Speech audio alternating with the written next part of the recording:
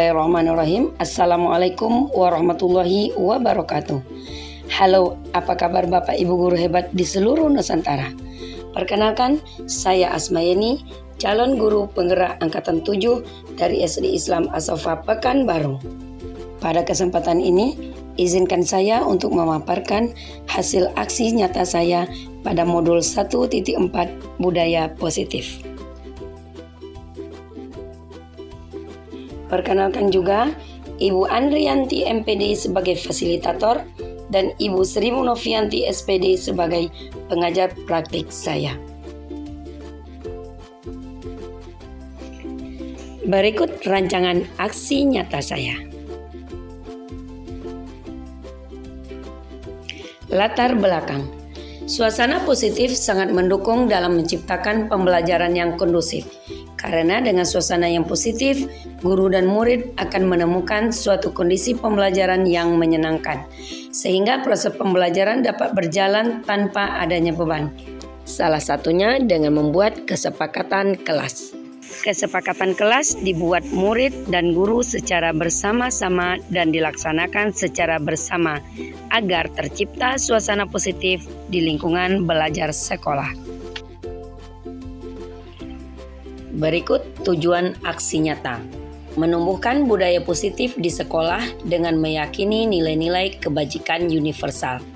Menciptakan murid yang merdeka dan mempunyai disiplin kuat sesuai profil pelajar Pancasila. Tolak ukur kegiatan. Terbentuknya keyakinan kelas melalui kesepakatan yang dilakukan oleh murid dan guru, dan siswa mampu menjalankan kesepakatan kelas yang sudah dibuat. Lini masa tindakan. Adapun langkah-langkah tindakan yang diambil, yang pertama, menghadap kepala sekolah, memaparkan tentang pentingnya penanaman budaya positif dan keyakinan kelas di sekolah, serta meminta izin untuk mendiseminasikan bersama rekan guru. Langkah kedua, berkolaborasi dan berkoordinasi dengan wali kelas yang lain untuk membuat keyakinan kelas di kelas masing-masing.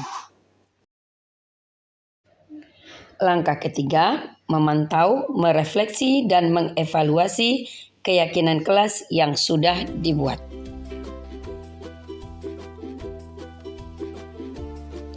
Langkah keempat, mengumpulkan rekan guru untuk melakukan diseminasi pemahaman budaya positif, dan segitiga restitusi. Dalam membuat aksi nyata ini, saya membutuhkan dukungan. Adapun dukungan yang dibutuhkan adalah yang pertama, dukungan dari kepala sekolah, rekan guru, serta murid agar tindakan yang telah disusun dapat dilakukan dengan lancar dan baik. Yang kedua, sarana dan prasarana untuk menumbuhkan budaya positif di kelas.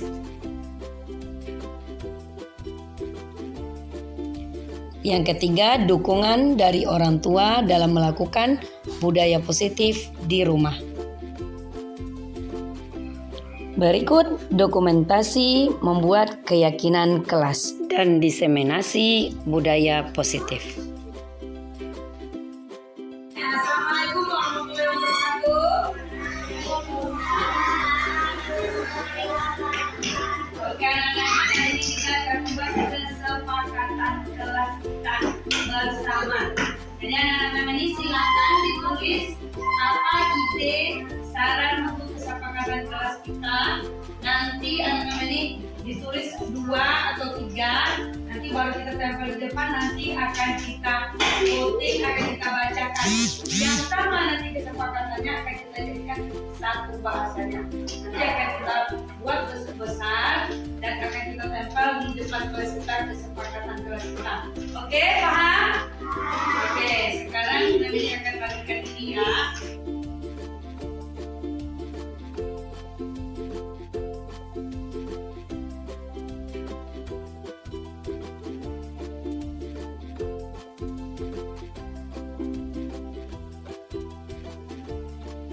Ya, terima kasih sudah menulis kesepakatan kelas kita bersama. Dan buat bersama dan kita akui bersama. Tidak boleh masuk ke tempat guru, tidak boleh lari-lari di dalam kelas. Ini masuk kelas baca assalamualaikum. Tidak boleh tidur saat belajar, tidak boleh ribut di kelas. 5. Belajar dengan tertib. Baca assalamualaikum sama. Nih, Azlan. Tidak boleh buang sampah di dalam kelas. Nih, tidak boleh berantem, harus saling menyayangi. Jika berbicara tidak berteriak. Terima kasih anak-anak yang baik. Nanti kami akan tulis di depannya.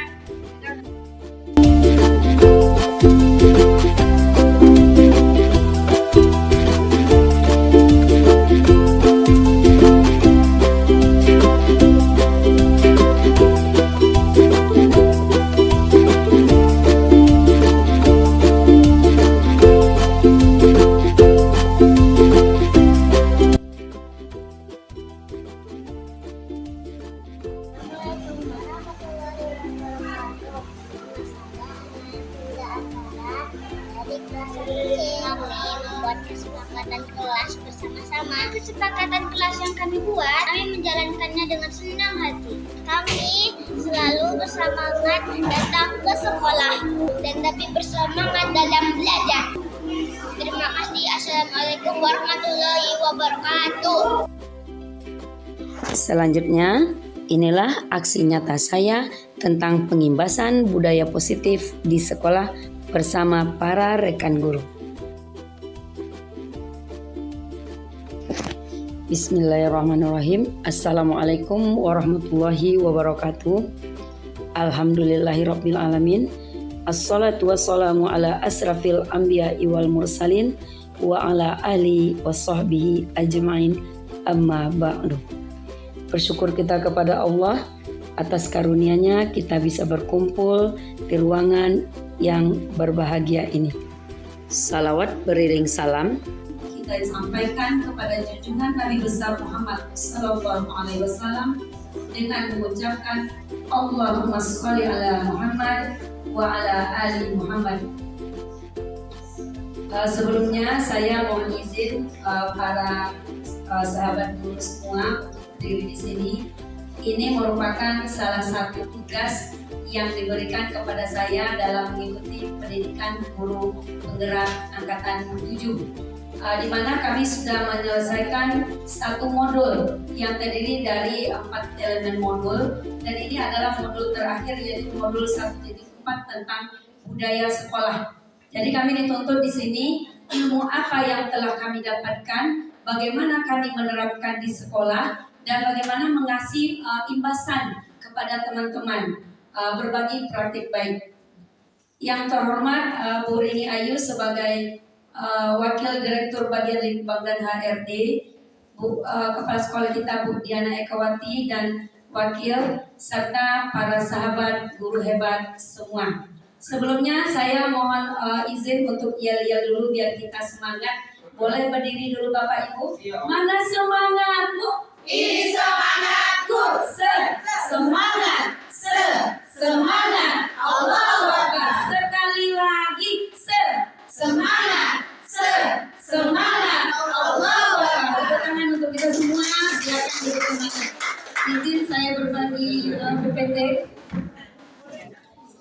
Ini dia kegiatan kita hari ini bersama juga dengan Bu Rini tadi sebagai ketua komunitas KKG kita di PMM, yaitu diseminasi budaya positif di sekolah dan penggunaan Canva untuk nanti ya. Oke, ini aksi nyata topik 14 menyebarkan pemahaman dan pengalaman penerapan budaya positif. Ini khusus di modul terakhir di modul 1 itu. Modul 1 itu terdiri dari 4 subjudul. Yang pertama yaitu pemikiran Ki Hajar Dewantara. Semua sebenarnya seperti yang ada di PMM.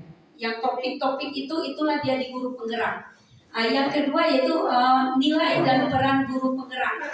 Yang ketiga ada visi guru penggerak. Dan yang keempatnya inilah dia budaya positif. Di budaya positif ini nanti ada tentang membentuk keyakinan kelas atau kesepakatan kelas yang dulu kita kenal dengan peraturan kelas. Dan yang kedua yaitu tentang restitusi diri. Dan itu ada di topik 10 di PMM. Dan Anda yakin semua kita udah menyelesaikan modul topik sampai 15 ya. Dan tentunya udah juga membaca apa itu restitusi, apa itu disiplin. Nah, jadi di sini kita hanya saling sharing, saling memberi masukan dan berbagi praktik. Oke, saya sapa dulu untuk para kita semua. Saya izin ngambil foto ibu yang cantik kemarin. Selamat datang para guru hebat. Mari belajar bersama, berkolaborasi, saling mendukung demi mewujudkan disiplin positif di sekolah kita tercinta. Ini dia konsep budaya positif di perubahan paradigma belajar. Ada disiplin positif. Apa itu kebutuhan dasar manusia? Apa itu motivasi perilaku manusia? Posisi kontrol restitusi dan segitiga restitusi. Nah, kita masuk ke pembahasan pertama, yaitu pembelajaran dengan paradigma baru. Seperti kita tahu semua, sekarang kita udah masuk kepada kurikulum merdeka, di mana gurunya merdeka, muridnya merdeka untuk mengeksplorasi diri, mengeksplorasi kompetensi yang kita miliki.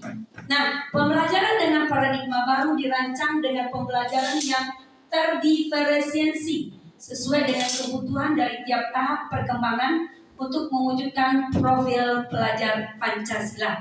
Kalau kita alhamdulillah sekolah kita udah mulai tidak ada sistem ranking, yang sekolah itu udah menyalurkan bakat minat anak. Nah, ini dia ke profil pelajar Pancasila, di mana ada 6 dimensi profil Pancasila, dan kemarin itu pimpinan kita juga sudah membagikan dan kita sudah menempel, dan anak-anak kita juga sudah mulai mengetahuinya. Ini saya di kelas untuk anak-anak tentang profil pelajar Pancasila. Untuk di kelas, alhamdulillah kami semua tim kelas 1 sudah mengajarkan anak-anak. Di sini kami mengajarkan menghafalkan profil pelajar Pancasila itu dengan tulisan dan yel-yel. Jadi yel-yelnya begini: belajar Pancasila, beriman dan bertakwa, ada Tuhan salam dan Allah, ada Allah yang esa dan berakhlak mulia, berkebinekaan global, gotong royong kreatif dan bernalar kritis. Nah, ini semua anak dapat semua. Yang kelas 1 ya Bu Devi ya. Oke, itu dia untuk di sekolah. Nah, disiplin positif itu dalam budaya kita memaknai disiplin itu sesuatu yang dilakukan seseorang pada orang lain untuk mendapatkan kepatuhan. Nah, kita cenderung menghubungkan kata disiplin itu dengan ketidaknyamanan di sini.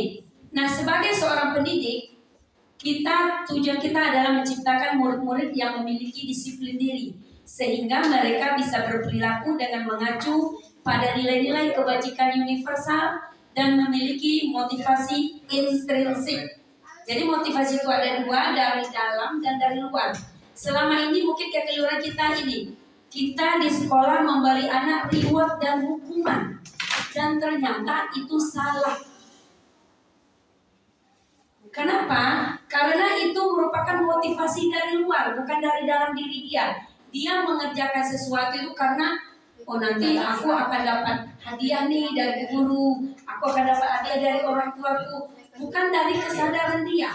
Nah, disinilah kita akan mengaplikasikan disiplin positif, yaitu merupakan salah satu cara menerapkan disiplin yang bertujuan untuk menimbulkan kesadaran murid untuk melawan sesuatu tanpa sogokan, tanpa paksaan maupun hukuman. Nah, itu dia segitiga restitusi yang disiplin positif. Nah, di sini dia kebutuhan dasar manusia itu ada 5: bertahan hidup, kasih sayang dan rasa diterima, penguasaan, kebebasan, kesenangan. Kita ambil, kita bawakan ke murid karena kita sebagai guru. Bertahan hidup itu berhubungan dengan makan, tempat tinggal, kasih sayang dan rasa diterima. Bagaimana kita di kelas anak-anak itu dia yang suka peluk-peluk kita, minta perhatian, itu artinya mereka membutuhkan kasih sayang dan rasa diterima. Nah, itu dia kebutuhan anak itu. Mungkin di rumah dia biasa manja, di sekolah dia nggak jumpa mamanya. Sama kita lah dia memenuhi kebutuhannya itu. Terus penguasaan. Di kelas ada anak-anak kita yang berani sama teman, suka membuli teman, bukan membuli ya, misalnya memerintah teman. Di sini berarti kebutuhannya akan penguasaan. Bagaimana dia diakui dia orang berani gitu. Terus kebebasan. Di sini siswa kita bagaimana dia bebas dalam mengeksplorasi dirinya, dalam belajar. Bagaimana dia misalnya ada tugas kita kasih, dia mau buatnya berupa gambar, dia mau tulisan, itu kebebasan kebutuhannya. Dan kesenangan. Bagaimana anak kita di kelas itu belajar, dia menyenangkan, nggak tertekan. Jadi kalau kayak kita di Asofa itu sekolah dari pagi sampai sore itu nggak terasa. Pas kita belajar 4 jam terakhir, terutama kita guru kelas, udah sholat asar, cepat kali, gitu. Berarti dia senang dengan pembelajaran kita. Itu disiplin positif. Nah, di sini ada motivasi perilaku manusia. Motivasi itu adalah hal yang mendorong kita melakukan sesuatu. Motivasi merupakan dorongan yang timbul pada diri seseorang secara sadar atau tidak sadar untuk melakukan suatu tindakan dengan tujuan tertentu. Nah, di sini ada 3 tujuannya. Yang pertama, menghindari ketidaknyamanan atau hukuman. Jadi anak kita itu ada melakukan sesuatu itu karena dia takut dihukum gurunya. Karena dia merasa kalau dia dihukum dia merasa rendah diri. Jadi murid melakukan disiplin itu karena ia takut dihukum. Ini merupakan motivasi dari luar. Yang tadi yang belum sepenuhnya benar karena dia berasal dari luar diri anak. Terus ada mendapatkan imbalan atau penghargaan yang reward tadi. Kalau nanti baca ayat pendeknya surat sekian dikasih uang sekian. Jadi dia belum dari dalam diri dia karena masih mengharapkan imbalan. Murid melakukan disiplin ini karena ia yang mendapat imbalan. Ini juga merupakan motivasi ekstrinsik. Nah, inilah dia yang merupakan motivasi intrinsik itu menghargai nilai-nilai kebajikan dari diri sendiri. Kebajikan universal yang ada kasih sayang, tanggung jawab, mandiri. Nah, murid melakukan disiplin karena sadar akan nilai kebajikan dirinya. Nah, inilah dia kebajikan motivasi intrinsik. Nah, ini dia konsep disiplin dengan identitas gagal yang tadi yang saya sampaikan sebelumnya itu ada hukuman dan penghargaan. Nah, ini sebenarnya ada kalau menurut teori ini adalah sebuah kekeliruan. Mungkin gak semuanya salah juga, cuma kita ini untuk efek jangka panjangnya tidak bagus untuk anak. Ini dia hukuman itu menyakitkan, hukuman itu ada verbal, ada fisik. Kalau kita ngomong sama anak dengan bahasa ketus, itu merupakan hukuman secara verbal. Kalau kita apalagi kita menyentuh badan dia, menyentil, memukul, itu hukuman secara fisik. Jadi dia hukuman itu menyakitkan, tidak nyaman, murid takut, memaksa murid menyembunyikan kesalahannya. Jadi dia karena takut dihukum, antum tadi mengambil ini, karena dia takut dihukum dia berbohong. Jadi dia itu menyembunyikan kesalahan, jadi dia nggak jujur. Terus murid menjadi merasa rendah diri karena dia sering hukum, jadi dia malu sama teman-temannya. Nah, penghargaan juga begitu, tidak efektif, bisa merusak hubungan. Jadi penghargaan misalnya ini di kelas Anda ngasih penghargaan sama satu orang aja, yang lain jadi apa dia? Jadi iri temannya, kok dia terus yang dapat aku kapan katanya. Nah, terus juga mematikan kreativitas. Mematikan kreativitas di sini anak yang dapat reward tadi, aku udah mengerjakan ini udah dapat hadiah kok. Jadi dia berhenti di sana, stuck dia, nggak mau dia mengerjakan lebih. Nah, itu dia. Terus menghukum dengan sistem ranking. Nah, ini juga walaupun di perjalanan wali murid masih ada mananya ranking, itu mungkin udah apa ya di pikiran. Kalau kita di sekolah kita kan nggak ada lagi sistem ranking. Jadi kita memang sekarang membilang semua anak itu juara, semua anak itu hebat di bidang mereka masing-masing. Seperti kata Pak almarhum Munif Khatib, semua anak adalah bintang. Dan di sekolah kita udah melaksanakan mungkin untuk memaksimalkannya lagi. Ya, terus merampas hak menghargai dirinya. Jadi kalau kita mengasih anak reward, kita merampas hak dia menghargai dirinya. Misalnya gini, dia udah bisa melakukan sesuatu. Misalnya dia udah bisa menulis satu kata, terus kita kata hebat ya, ini hadiah. Menulis bisa satu kalimat, kita kasih reward. Sebenarnya dia bisa, alhamdulillah ya, anak ternyata udah bisa begini loh. Tapi kita kasih dia hadiah, dia kadang lupa menyampaikan itu kepada dirinya. Itu artinya merampas hak anak untuk menghargai dirinya. Nah, selanjutnya ini dia yang konsekuensi dengan identitas sukses. Nah, ini dia ada restitusi, ada konsekuensi. Konsekuensi ini merupakan jangka pendek, dia di bawah restitusi. Dan restitusi kita langsung ke restitusi. Jadi kalau restitusi itu murid itu menjadi bertanggung jawab atas perilakunya. Dia fokus pada pemecahan masalah jangka panjang. Murid menghargai dirinya dan orang lain. Nah, ada teori kontrol dirinya yang memegang kontrol. Dia sendiri yang mengambilkan dirinya. Terus murid bersemangat dalam memperbaiki kesalahan. Nanti kita akan masuk ke dalam contohnya. Bagaimana restitusi itu. Nah, ini dia konsep disiplin, sebuah cara menanamkan disiplin positif pada murid. Kita masuk pengertian restitusi itu adalah proses menciptakan kondisi bagi murid untuk memperbaiki kesalahan mereka sehingga mereka kembali pada kelompok mereka dengan karakter yang kuat. Contohnya begini, di kelas ada anak menumpahkan air. Kita jangan langsung marah. Ini kamu ngapa numpahkan air? Gak lihat ya matamu? Itu gini. Nah, itu gak boleh kita. Itu namanya kita sebagai penghukum. Jadi itu yang menyakitkan anak, yang membuat dia rendah diri, dimalukan di depan teman. Jadi bagaimana caranya? Kita panggil dia, kita tanya, ada apa? Oh, enggak apa-apa kok, semua orang biasa aja kok, kilap kok nak. Jadi apa yang kalau airnya numpah terus apa yang akan antum lakukan? Bukan kita yang menyuruh, tapi dia menggali dari diri sendiri. Oh iya bu, saya akan ambil pel, saya akan minta maaf sama teman yang kena barangnya. Nah, itu dia restitusi itu begitu. Ya, ada segitiga restitusinya. Nanti akan masuk kepada bagiannya. Nah, kita lihat di sini contoh kasus perbedaan bagaimana kita mengasih hukuman, konsekuensi dan restitusi. Contohnya siswa sering tidak membuat PR. Nah, kita posisi kita di mana? Sebagai mengasih hukuman atau konsekuensi atau restitusi.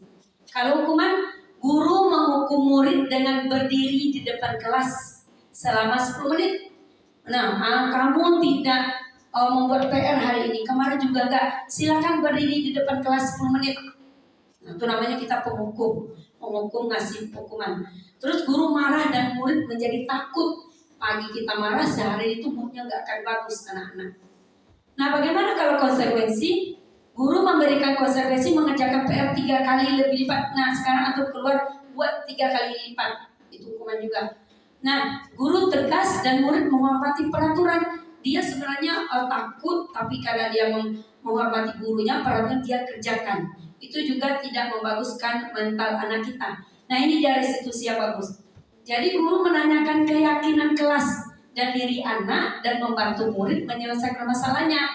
Guru terbuka dan murid menghormati dirinya dan orang lain. Kenapa kamu tidak buat PR lagi? Kemarin juga enggak. Apa masalahnya? Iya bu, karena saya ketiduran. Nah, kalau ketiduran, apa kira-kira untuk besok biar tidak lupa lagi buat PR? Coba apa? Jadi anak itu yang menjawab. Oh iya bu, mungkin besok saya pulang sekolah akan langsung buat PR-nya. Atau iya bu, saya akan tidur lebih awal bu. Nah, itu dia. Jadi kita menggali anak. Nah, terus kita bilang ke anak, oh iya tidak apa-apa. Ibu juga waktu sekolah juga pernah kok nggak buat PR. Jadi kita buat anak itu nggak merasa bersalah. Dia masih menganggap kita itu percaya sama dia, kita masih memberi kenyamanan sama dia, dia nggak takut. Nah, itu dia segitiga. Dan dia menghormati kita. Jadi dia menghormati kita karena kita sudah memberi solusi. Jadi sini kita kalau ada anak-anak begitu kita nggak menghukumnya, tapi bagaimana kita mencari pemecahan masalah bersama-sama si anak tadi. Tepuk semangat, semangat, semangat. Allah posisi itu. Di sini anak yakin kita semua udah membuka karena ada di kurikulum Merdeka PMM. Ini dia, ada semua. Itu dari Dayana Kosan ini restitusi itu membentuk kemerdekaan. Film baca. Restitusi membentuk kemerdekaan untuk murid dalam menyelesaikan masalahnya, bukan guru yang memutuskan. Ketika ini berhasil akan memberikan penghargaan terhadap dirinya dan orang lain. Murid merasa lebih berharga dan percaya diri. Oke, terima kasih. Tepuk tangan Bu Devi.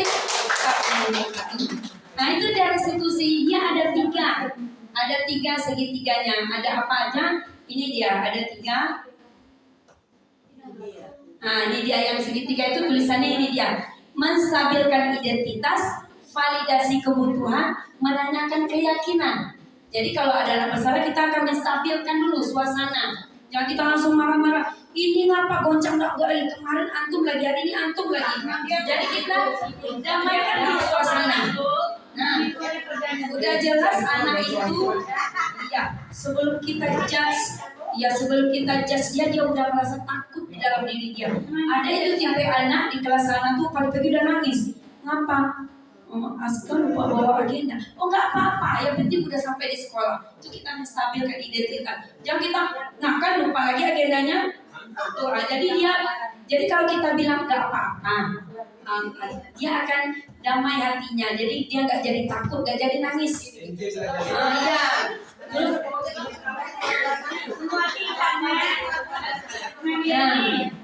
Semua tingkat begitu. ini kan teori untuk secara umum di kurikulum PTN. Kita apain dulu? Nah, terus kita bilang tidak ada manusia yang sempurna kok nak. Ibu juga pernah melakukannya, ya kan? Terus nah terus kita di sini nggak mencari siapa yang salah, kita di sini mencari solusi. Ya bukan hilang ya. Nah di sini mungkin juga kita perlu komunikasi dengan orang tua juga, ya kan? Terus validasi kebutuhan. Seseorang tidak pernah mengambil pilihan terburuk. Jadi orang itu kan kalau kita di Islam punya hati nurani. Sebenarnya hati nurani kita nggak mau berbuat seperti itu. Nah itu dia. Terus seseorang bisa melakukan hal yang lebih buruk. Nah terus kita menanyakan keyakinan. Nah itulah dia yang kita buat. Yang dulu peraturan kelas, tapi kalau peraturan itu guru yang membuat, sekolah yang membuat. Kalau keyakinan kelas itu anak-anak bersama guru yang membuat. Nah itu dia kesepakatan kelas. Jadi menanyakan, oh iya hari ini gak bawa lagi apanya. Sebenarnya bagaimana? Masih ingat gak apa kesepakatan kelas kita kemarin? Oh iya, katanya kan kita harus mengerjakan tugas yang diberikan. Nah dia ingat tuh, bukan kita yang mengingatkan. Terus berbicara dengan tenang dan meyakinkan. Jadi kita berbicara tenang dan meyakinkan si anak. Ini dia. Disiplin positif itu teorinya ada perasaan sedih dan kesepian kita bawakan di diri kita di mana kita. Karena kita suka marah atau apa. Nah, perasaan sedih dan kesepian itu menggambarkan kebutuhan cinta yang tak terpenuhi. Jadi sedih. Nah, cinta terpendam terus. Kalau kita marah, kita bawanya nggak mood aja. Itu berarti ada kebutuhan akan kekuatan. Ini. Terus ada perasaan tertekan, sesak atau terbeban. Ini mengeluh lagi. Berarti ini kita sinyal dari kebutuhan akan kebebasan. Apabila jalan-jalan, daftarlah yang jalan-jalan ke Singapura. Nah, itu dia. Nah, ini ya. Ini Singapura, Bali ya dia. Nah ini dia. Selanjutnya kita melihat posisi kontrol sebagai guru. Nah sekarang coba kita bawa ke diri kita posisi mana yang sering kita ambil.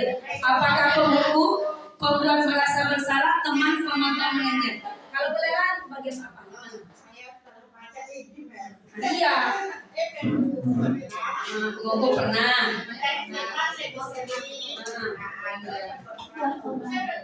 Udah lakukan semua ya. Iya, dia yang tertinggi itu di sini dia menjilbab coklat. Kontrol manajer itu yang tertinggi dia.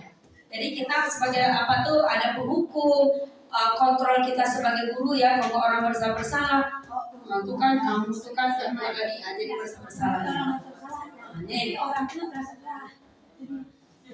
Nah kita ambil contoh kasus Nah, ini ada dia kontrol-kontrol yang 5 tadi.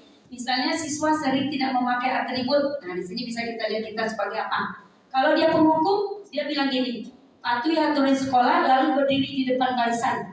Itu menghukum dia secara verbal ya, secara kata-kata. Kalau kamu merasa berbuat bersalah, membuat siswa kita merasa bersalah, berapa kali juga ibu udah harus bilang kamu, ibu ini kecewa loh sama kamu. Nah, itu membuat kita merasa dia bersalah, jadi dia merasa bersalah. Ya Allah, aku udah membuat sedih, merasa bersalah dia. Terus nggak ada jalan, berarti dia nggak ada perasaan. Terus kalau sebagai teman, nah kita nih banyak sebagai teman. Ayolah yang tertib, buat ibu guru bangga. Kali ini tidak apa-apa kamu salah. Nah, jadi kita sebagai teman. Nah, ya. Nah, terus kalau sebagai pemantau, kamu sudah melanggar aturan. Agar bagaimana katanya kan, apa peraturannya, apa konsekuensinya? Iya Bu, saya udah melakukan, ya Bu, saya berdiri di depan. Kita memantau. Nah, yang terakhir itu sebagai manajer ini posisi teratas dari kontrol kita sebagai guru itu kita akan bertanya ini, apakah kamu tahu apa kesalahanmu hari ini? Kenapa ibu manggil kamu? Dari dia bilang, iya Bu, saya nggak memakai peci dasi, gitu kan? Terus bagaimana kamu memperbaiki kesalahanmu? Apa yang akan kamu lakukan berikutnya biar nggak ibu tegur lagi? Nah, itu posisi kita sebagai manajer. Jadi nggak marah-marah, kita pun nggak kusut kepala kita kan. Nah, ini dia. Nah, masuk keyakinan kelas. Nah, ini mau habis begini. Keyakinan kelas, kalau anak kita bilang kesepakatan kelas.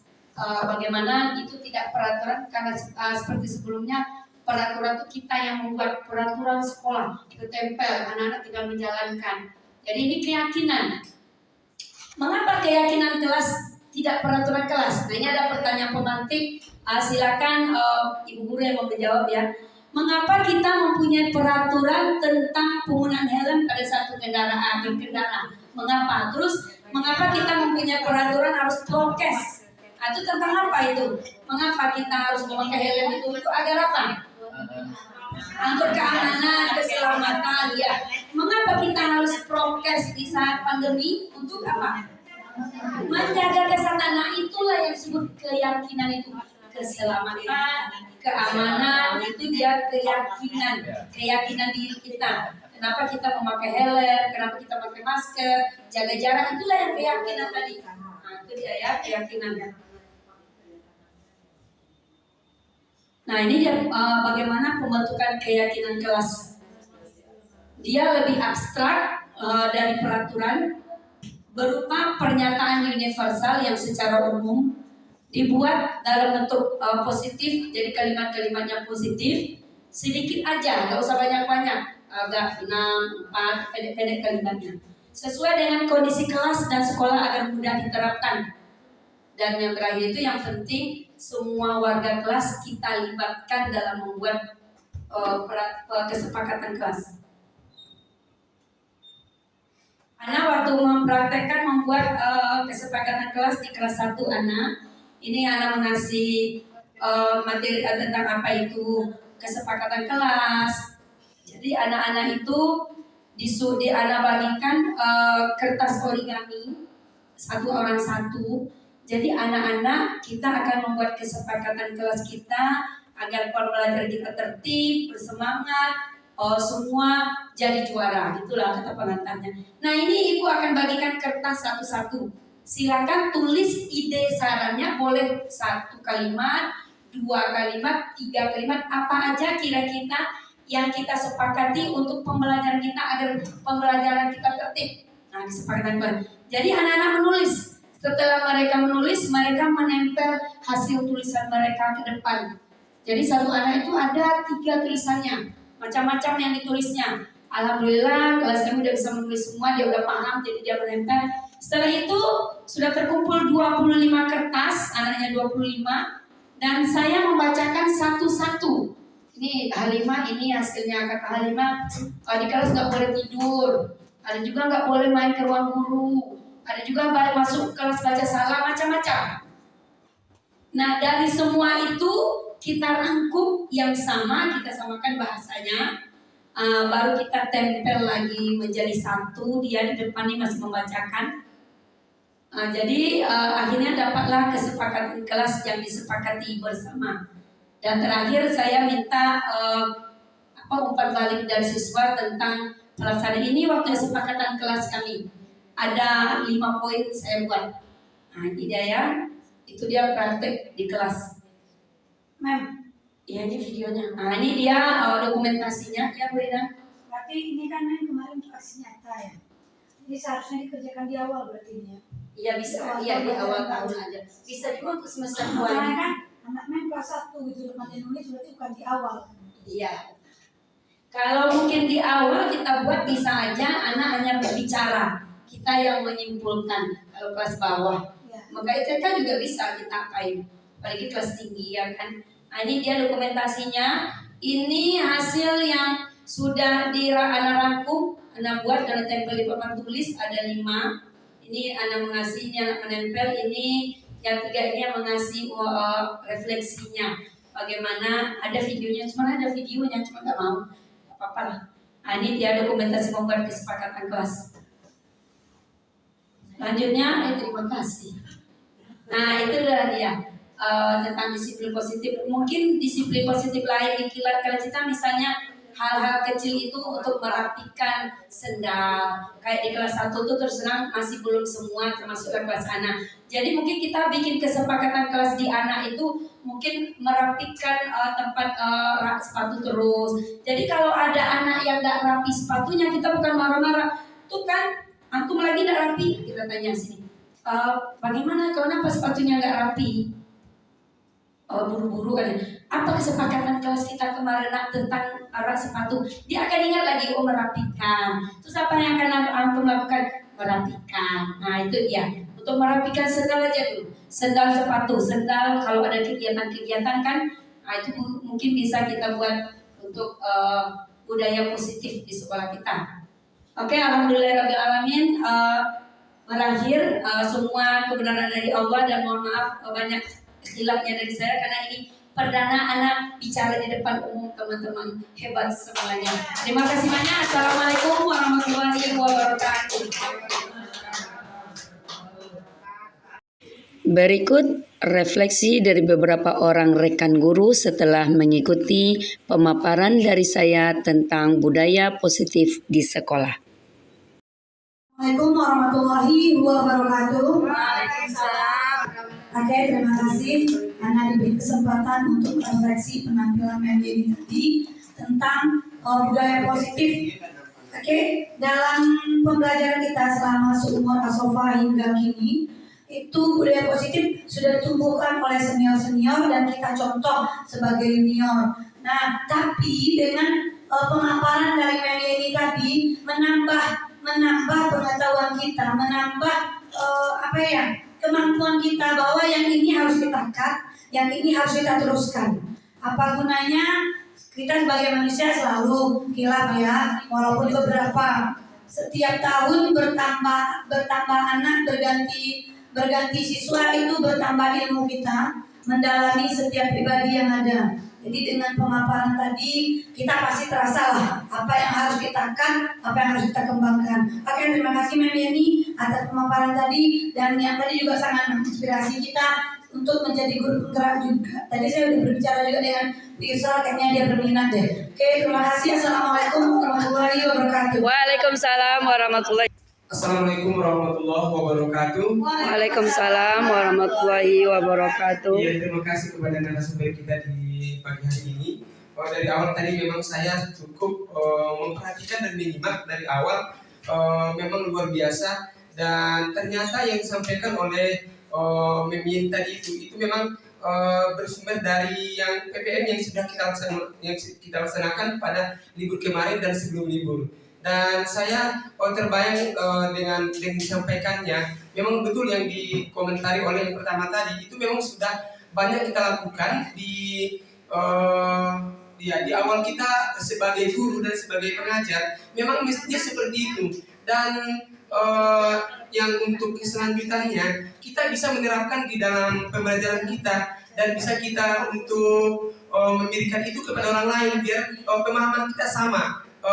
dalam mencerdaskan anak bangsa ini gitu. Dan apakah itu memang bisa kita terapkan di setiap tingkat? Ya memang bisa, tetapi itu memang kita bertahap untuk membenahi yang dimana kekeluhan kita seperti menghukum tadi. Memang sejatinya seperti itulah kita sebagai guru gitu. Ya itu mungkin yang bisa sampaikan. Memang bagus ya maju memilih dan maju kita guru-guru hebat terutama di SD Islam As-Safa. Assalamualaikum warahmatullahi wabarakatuh. Alhamdulillah yang disampaikan oleh Yeni tadi memang itu sebuah ilmu yang baru ya tidaknya, karena selama ini yang terlaksana itu hanya berkisaran ke arah yang hukuman, kemudian penghargaan. Ternyata ada yang namanya restitusi tadinya. Jadi itu pengalaman ilmu yang baru untuk kedepannya sebagai untuk mengevaluasi diri saya kedepannya dalam mengajar. Itu aja. Assalamualaikum warahmatullahi wabarakatuh. Waalaikumsalam warahmatullahi wabarakatuh.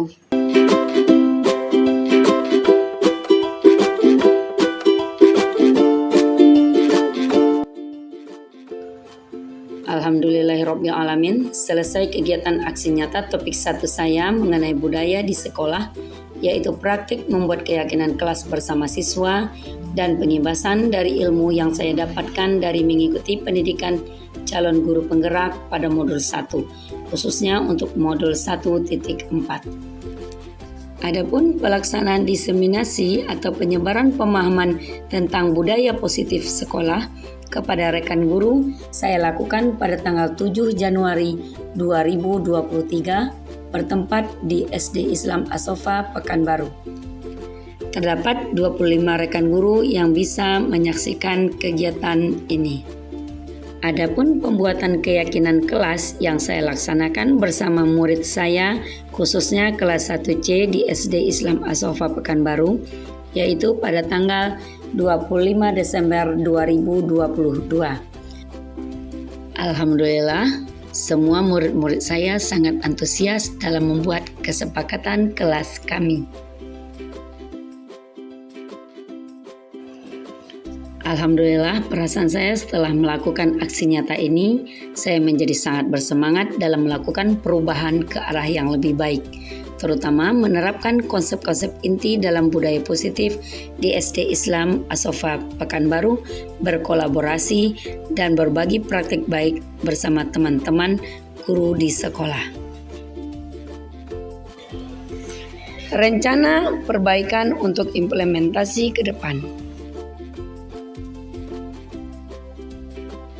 Untuk rencana perbaikan, insya Allah saya akan melakukan evaluasi secara berkala tentang penerapan budaya positif di sekolah kami.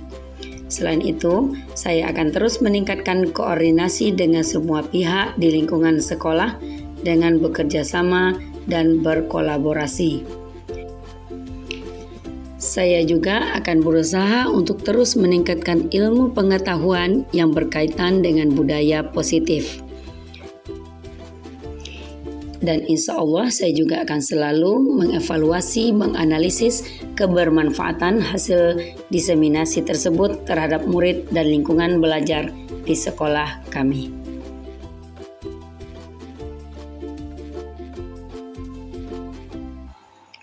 Demikianlah pemaparan dari saya. Terima kasih. Assalamualaikum warahmatullahi wabarakatuh. Salam dan bahagia.